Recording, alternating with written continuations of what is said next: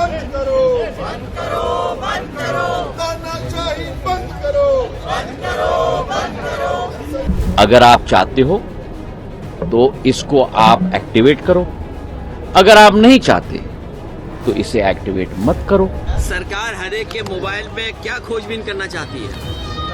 ये जब लोकसभा में ये सरकार उसी तरह बनाना चाहती है। कोरिया में ना वो एक क्या है वहाँ के नॉर्थ कोरिया के वो किंग जॉन्ग। संचार साथी ऐप लोगों की जासूसी करने का ऐप। क्या मोदी सरकार आपके मोबाइल फोन से आपकी जासूसी कर रही है? 24 घंटे पहले भारत सरकार के प्रेस इंफॉर्मेशन ब्यूरो की तरफ से एक बयान आया। उसके बाद से यही सवाल सोशल मीडिया पर, टीवी चैनल्स पर और संसद तक पर छाया हुआ है। वजह है एक ऐप जिसका नाम तो संचार साथी है, मगर चारों तरफ लोग उसे जासूसी का एक टूल कह रहे हैं। और ये सिर्फ वो लोग नहीं हैं जो मोदी सरकार की मुखालिफत करते हैं। सोशल मीडिया पर जाइए और देखिए कि कैसे सरकार के कट्टर समर्थक भी इस कदम की आलोचना कर रहे हैं। सरकार ने एक निर्देश दिया है सभी मोबाइल बनाने वाली कंपनियों को कि मार्च 2026 से जो भी फोन बने उनमें एक ऐप रहेगा, पहले से इंस्टॉल किया हुआ, और ये ऐप जो कि सरकारी है उसे कभी डिसेबल या रिस्ट्रिक्ट नहीं किया जा सकेगा। इस ऐप का मकसद बताया गया है कि इससे साइबर क्राइम रुकेगा, चोरी के फोन लोकेट हो जाते हैं, आपके नाम पर कितने कनेक्शन चल रहे हैं ये सब पता चल जाता है, वगैरह वगैरह। मगर क्या इसमें कुछ और भी निहित है? क्या इसके जरिए सरकार आपके मैसेज, आपके कॉल्स और आपकी आवाजाही को ट्रैक करना चाहती है? इस ऐप की आलोचना करने वालों का यही मानना है। कांग्रेस पार्टी ने इस ऐप की आलोचना करते हुए जॉर्ज ऑरवेल की 1984 के बिग ब्रदर का रेफरेंस लेकर लिखा कि big brother can't watch us, और कहा कि यह जासूसी करने के लिए बनाया गया ऐप है। संसद में आज संचार साथी को लेकर तमाम बयानबाजी होती रही और फिर आए ज्योतिरादित्य सिंधिया जो टेलीकॉम मिनिस्टर हैं, और उन्हीं के विभाग ने ये लेटर जारी भी किया था। मगर सिंधिया ने कहा कि इस ऐप को रखना कंपलसरी नहीं है, जो चाहे जब चाहे इसे डिलीट कर सकता है। मगर ये बयान मंत्रालय के बयान से एकदम अलग था और लोगों ने इसे पॉइंट आउट भी किया है। इसके अलावा संसद में आज भी विपक्षी दलों की मांग रही एसआईआर पर चर्चा करवाने की। किरण रिजिजू जो कि संसदीय कार्य मंत्री हैं, उन्होंने कहा कि चर्चा कराएंगे। विपक्ष ने कहा कब कराएंगे? रिजिजू ने जवाब दिया समय अभी नहीं बताया जाएगा। इस पर विपक्ष ने कहा तो कैसे भरोसा करने? इस बैक एंड फोर्थ के बीच एक ऑल पार्टी मीटिंग हुई और बहस की तारीख भी निश्चित कर दी गई और यह भी तय हुआ कल से संसद सुचारू रूप से चलेगी। सुचारू यानी हंगामा, शोर शराबा नहीं होगा। स्पीकर ओम बिरला के हस्तक्षेप के बाद यह मुमकिन हो पाया है। इसके अलावा संसद में क्या क्या हुआ, कौन से बिल पेश हुए, कौन से बिल वापस भेजे गए, किसे भारत रत्न देने की मांग की गई और पक्ष विपक्ष के नेताओं के क्या बयान आए, इसी पर बात करेंगे आज के वीडियो में। साथ ही आपको यह भी समझाएंगे कि संचार साथी ऐप से जुड़ा पूरा विवाद जो है वो है क्या और क्यों इसे जनता की जासूसी करने का एक टूल बताया जा रहा है। नमस्ते, मेरा नाम सत्यम है और आप देख रहे हैं संसद के अंदर बाहर की कार्यवाहियों की परख करने वाला हमारा शो पार्लियामेंट स्ट्रीट।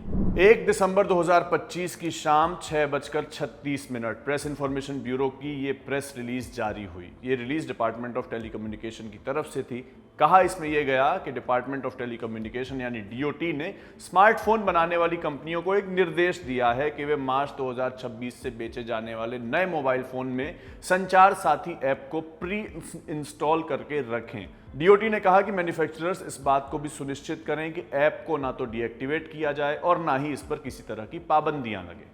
निर्देशों में कहा गया है कि संचार साथी ऐप का उपयोग जो है वो मोबाइल उपकरणों में उपयोग किए जाने वाले IMEI की प्रामाणिकता सत्यापित करने के लिए किया जाएगा। आगे बढ़े इससे पहले जान लेते हैं संचार साथी ऐप है क्या, इसका इतिहास क्या है। ये एक साइबर सिक्योरिटी टूल ऐप 17 जनवरी 2025 में मोबाइल ऐप के जरिए इसको पेश किया गया। एंड्रॉयड और iOS दोनों प्लेटफॉर्म पर उपलब्ध है, यानी एंड्रॉयड फोन्स पर भी और एप्पल के फोन्स पर भी। सरकार ने बताया था कि अगस्त 2025 तक इस ऐप को 50 लाख से अधिक बार डाउनलोड किया जा चुका है। दावा यह भी है कि 37 लाख से ज्यादा चोरी या खोए हुए मोबाइल हैंडसेट को सफलतापूर्वक ब्लॉक कर दिया गया है। संचार साथी ऐप के जरिए 22,76,000 से अधिक डिवाइस को खोजा भी गया है जो कि चोरी हुए थे या खो गए थे। एक तरह से समझिए कि ये उस फीचर की तरह है जो फाइंड माई फोन के नाम से आईफोन्स में आता है, जो आपके फोन को अगर वो खो जाए या चोरी हो जाए तो ट्रैक कर सकता है, मगर सवाल यह है कि इस ऐप को अपने फ़ोन में रखना है या नहीं, ये तो आपकी चॉइस होनी चाहिए। इसे फ़ोन में रखना मैंडेटरी क्यों किया गया? इस रिलीज के बाद से ही सोशल मीडिया पर मचा बवाल। सरकार के हितैषियों ने भी इसकी आलोचना की। कहा गया कि यह प्राइवेसी का हनन है और आज जब संसद अपने दूसरे दिन पर पहुंची तो मकर द्वार के नजदीक भी इस मुद्दे को उठाया गया। सरकार की तरफ से भी जवाब आए और ऐप का बचाव भी हुआ। किसने क्या कहा है, आइए सुन लेते हैं। राजधानी से लेके प्रदूषण से लेके SIR तमाम मुद्दे हैं, उन पे चर्चा होनी चाहिए। हम शुरू से यही कह रहे हैं।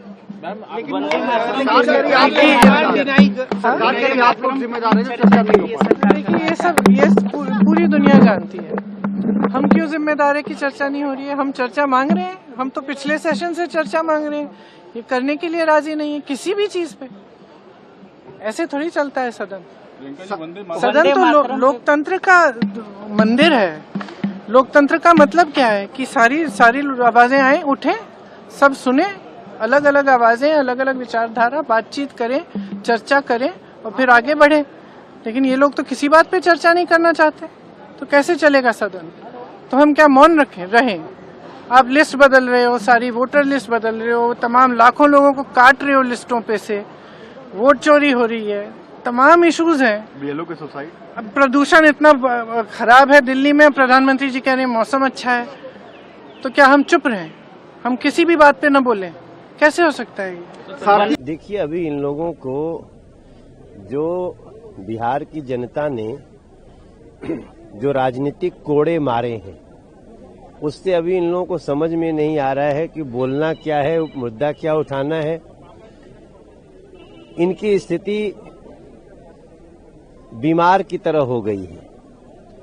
सदन चलने नहीं दे रहे हैं, हल्ला कर रहे हैं। विषय क्या है? ये नारा लगाते हैं हमें SIR पे चर्चा करो। हमारे संसदीय कार्य मंत्री बोल रहे हैं चर्चा लो, तो भी वेल में कुएं में कूदे हुए हैं।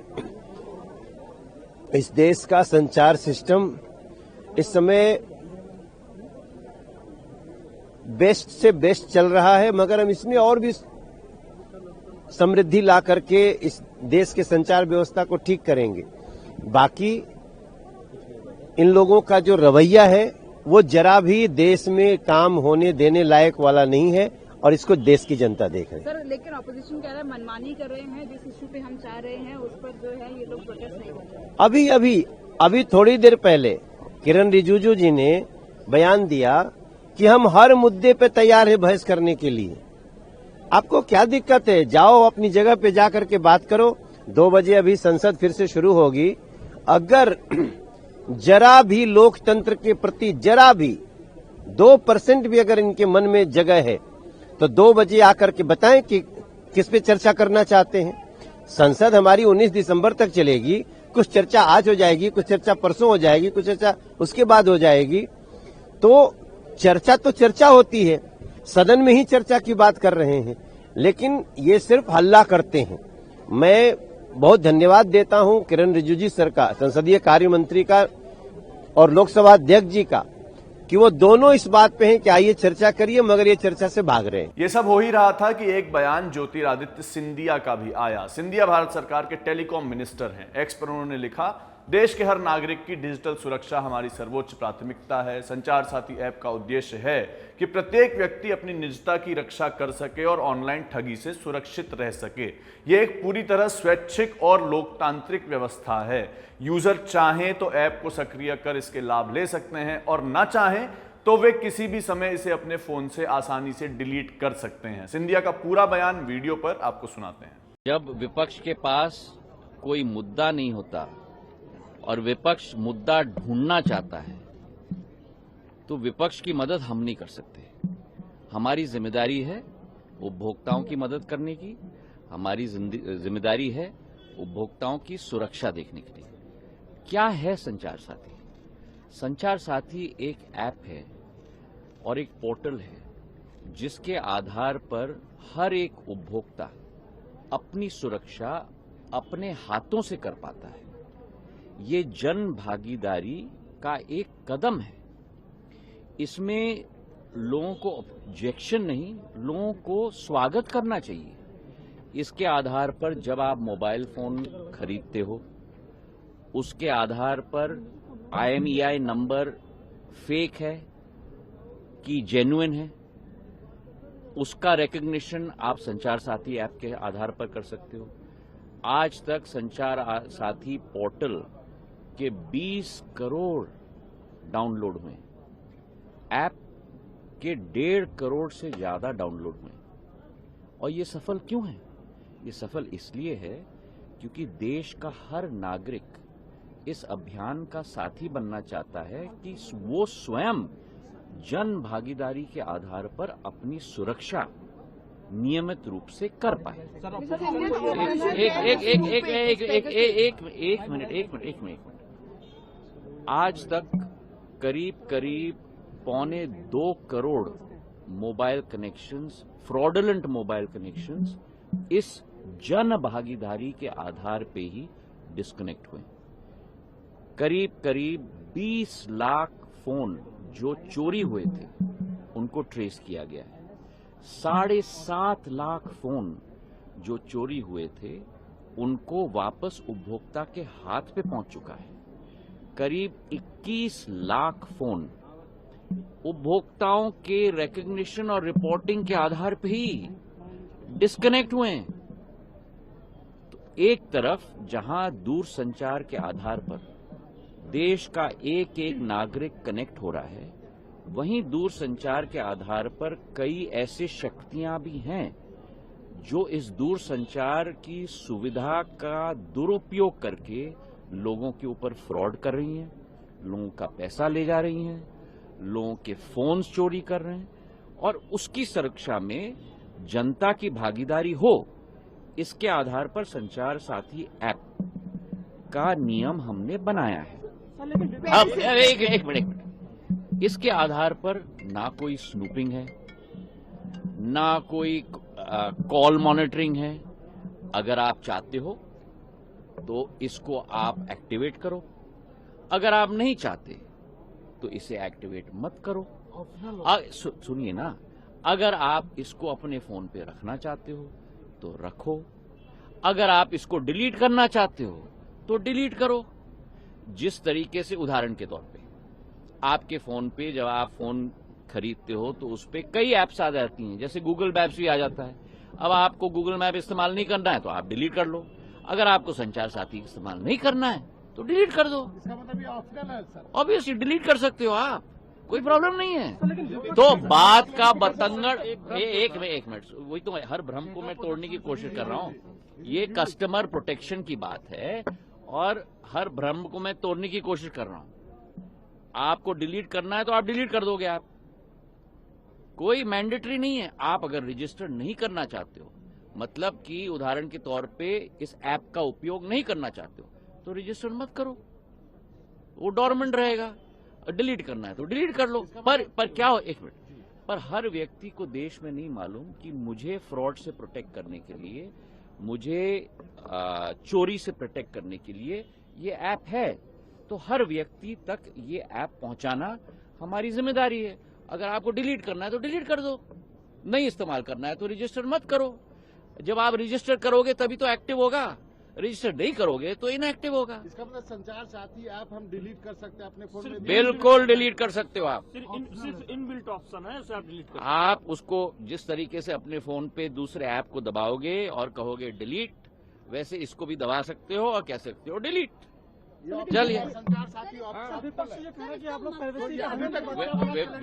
प्रॉब्लम क्या है कि विपक्ष कुर्सी के नीचे, कुर्सी के पीछे, कुर्सी के लिए मुद्दे ढूंढ रहा है।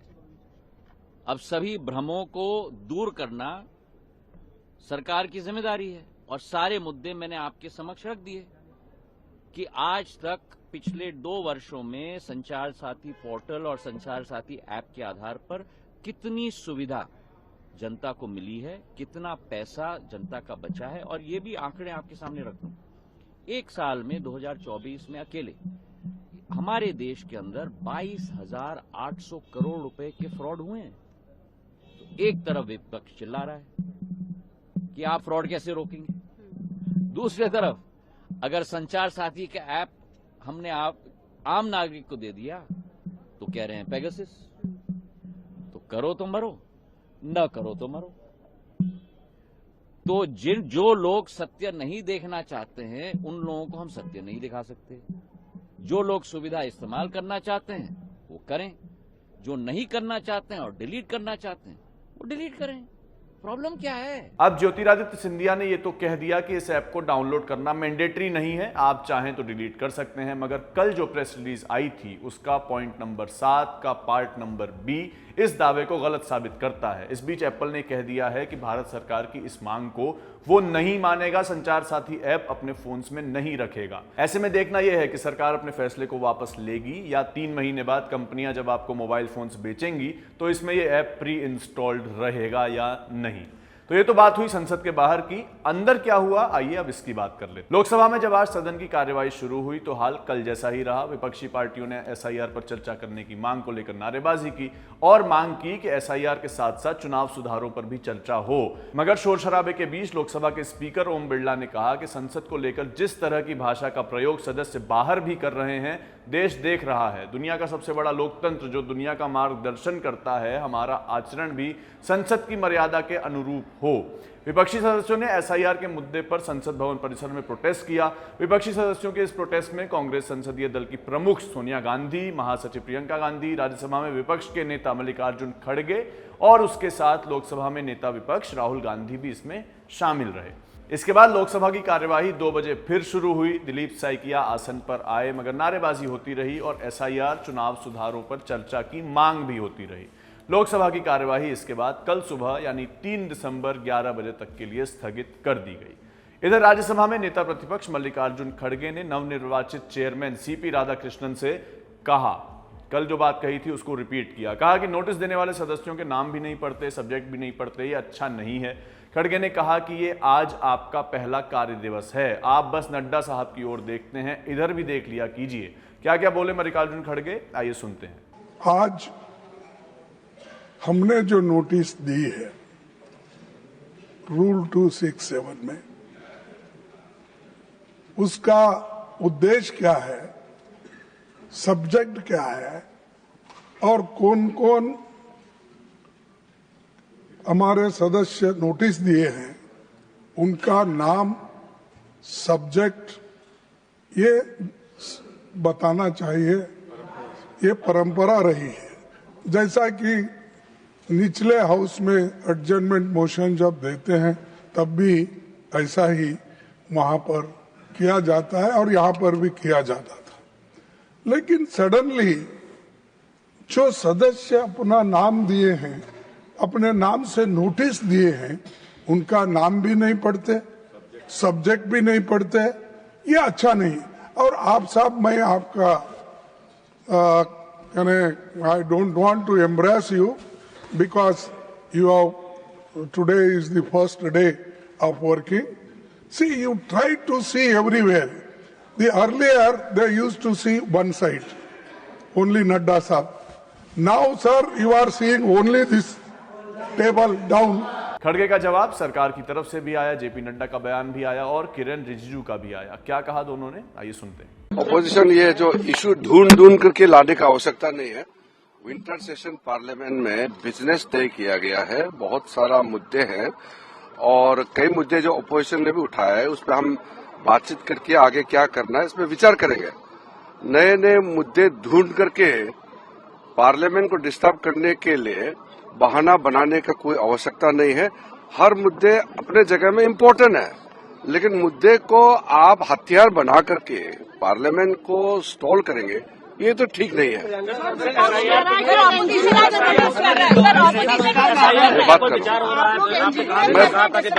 बात करेंगे। मैं आज मैं ऑपोजिशन प्रमुख नेताओं से बात करेंगे, आज बात करेंगे। वैसे भी मैं टच में हूँ, मैं कुछ और बात लेकर के उनसे बात करूंगा। देखिए, हम शुरू से कहा कि अपोजिशन पार्टी से बातचीत करने में हम बहुत ही अपने आप को आगे रखते हैं, मैं पीछे नहीं हटता हूं। और पार्लियामेंट्री डेमोक्रेसी में एक दूसरे के बीच में आदान प्रदान होना चाहिए। देखिए, उनके जो इश्यूज है उसको हम कम नहीं आंक रहे हैं, लेकिन इश्यूज बहुत होते हैं। एक इशू नहीं है, देश में कई इशू होते हैं। इस बीच राज्यसभा में मणिपुर जीएसटी दूसरा संशोधन विधेयक, इस पर चर्चा का वित्त मंत्री निर्मला सीतारमण ने जवाब दिया। वित्त मंत्री ने कहा कि मणिपुर जीएसटी को लेकर ऑर्डिनेंस लाया गया था, यह बिल उसे ही कानूनी स्वरूप देने के लिए लाया गया है। उन्होंने मणिपुर जीएसटी दूसरा संशोधन बिल राज्यसभा में विचार और लौटाने के लिए रखा। कहा कि यह बिल मणिपुर के लोगों की बेहतरी के लिए लाया गया है, इसे लौटा दिया जाए। उच्च सदन में ध्वनि मत से मतदान के बाद लौटा दिया गया। अब बात उन कार्यवाहियों की जो राज्यसभा में हो पाई, जो बयान दिए जा पाए। उत्तराखंड से बीजेपी के सांसद हैं राज्यसभा सांसद महेश भट्ट। उन्होंने स्पेशल मेंशन के दौरान चिपको आंदोलन का नेतृत्व करने वाली गौरा देवी को मरणोपरांत भारत रत्न देने की मांग की। कहा गया कि गौरा देवी सीमांत जिले चमोली के जोशीमठ विकासखंड के रैणी गांव की भूटिया जनजाति की ग्रामीण महिला थी। उन्होंने ही अपने जीवन काल में पर्यावरण संरक्षण के लिए चिपको आंदोलन की शुरुआत की थी।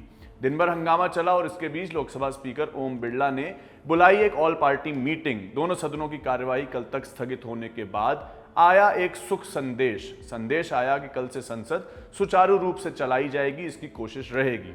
मीटिंग में और क्या बात हुई, ये जानने से पहले आप एक सांसद का बयान सुनिए और ये जानिए कि संसद का ठीक तरह से चलना जरूरी क्यों माना जाता है। ये तो एक नॉर्मल हो गया है पिछले 10 सालों में कि सदन चले ही ना। और आप रिकॉर्ड जरा निकाल के देखिए, ऑलरेडी हाउस की सिटिंग्स, नंबर ऑफ सिटिंग्स भी रिड्यूस हो गई हैं और अंदर हाउस में मसा 50% प्रोडक्टिविटी में चल रहा है। तो अब ये तो हर एक सांसद को पता है। मुझे लगता है हाउस देखें आप कितने खाले, आधी लोग तो आते जिन्होंने अंदर शोर मचाना है वो तो आते हैं क्योंकि उनको अंदर वेल में जाना होता है, लेकिन हमारे जैसे लोग सोचते हैं आना ही किस लिए, जब हाउस चलेगा तब आएंगे अपने क्षेत्र को छोड़ के। सो ये कोई अच्छी बात नहीं है, दुख की बात है। और ऑपोजिशन को अपने मुद्दे उठाने के लिए उनको टाइम देना चाहिए क्योंकि वो भी लोगों से इलेक्ट होकर यहाँ पे पहुंचे हैं। और जो 3-4 बड़ी पार्टीज कोई इशू रेज करना चाह रही हैं और आपने आज नहीं करना है, कल नहीं करना, उनको डेट दे दीजिए कि इस दिन में किया जाएगा। लेकिन ये तो प्लेटफॉर्म ही ऐसा है जहाँ पे हर एक को अपना मुद्दा रखने का मौका मिलना चाहिए। मीटिंग में और क्या हुआ, विपक्ष की वो मांग भी मान ली गई जिसके लिए 2 दिन से नारेबाजी हो रही थी। स्पीकर ओम बिरला ने कहा कि 9 दिसंबर मंगलवार को चुनाव सुधारों पर 12 बजे से चर्चा की जाएगी। इसके साथ ही 7 नवंबर को देश के राष्ट्रीय गीत वंदे मातरम को 150 साल पूरे हुए थे। 8 दिसंबर 12 बजे से वंदे मातरम के 150 साल पर भी चर्चा होगी और इस चर्चा में पीएम मोदी भी शामिल रहेंगे, ये भी कहा गया। यानी पूरे दिन के स्थगन, नारेबाजी और बयानबाजी के बाद एक फैसला हुआ जिससे मोटा मोटी दोनों पक्ष संतुष्ट हैं। अब देखना यह है कि एसआईआर को लेकर जो चिंताएं लंबे समय से चली आ रही हैं उस पर जब चर्चा होगी, चुनाव सुधारों पर जब चर्चा होगी तो क्या कुछ बयान सुनने को मिलेंगे। आज के पार्लियामेंट स्ट्रीट में बस इतना ही। अब हम आपसे मिलेंगे कल, तब तक अपना ख्याल रखिए। आपके लिए रिकॉर्ड किया था यह शो मेरी साथी निवेदिता ने। मेरा नाम सत्यम है, देखते रहिए खबर गाँव। शुक्रिया।